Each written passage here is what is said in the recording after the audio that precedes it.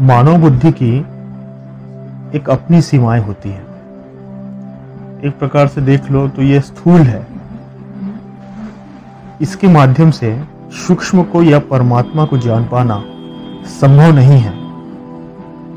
हम परमात्मा और उसकी सृष्टि को एक विषय या वस्तु की तरह उसके वास्तविक स्वरूप में नहीं देख सकते। क्यों?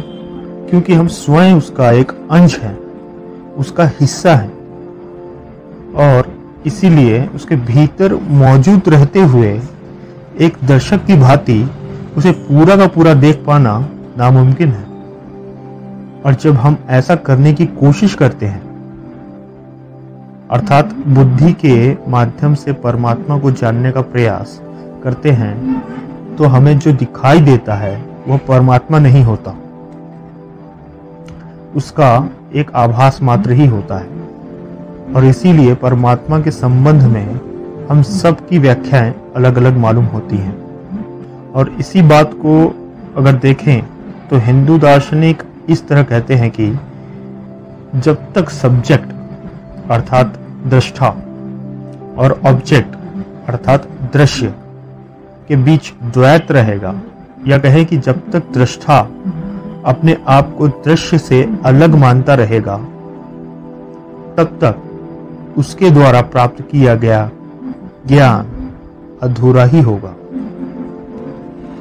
परमात्मा या परम सत्य का बोध तभी संभव है जबकि दृष्टा और दृश्य एक दूसरे में समा जाए, अद्वैत की स्थिति निर्मित हो जाए, या यूं कह लीजिए कि दृष्टा और दृश्य एक ही हैं, अलग अलग नहीं। यही परम सत्य है। और परम सत्य को जानने के लिए हमें जिस अवस्था में जाने की आवश्यकता होती है, असल में वह अवस्था ही परम सत्य है। लेकिन साधारण चेतना या बुद्धि के तल पर रहते हुए हमारा इस अवस्था को उपलब्ध हो पाना संभव नहीं है। यह तो केवल बुद्धि के परे जाकर ही उपलब्ध हो सकता है, या कहें कि समाधि में उपलब्ध होती है।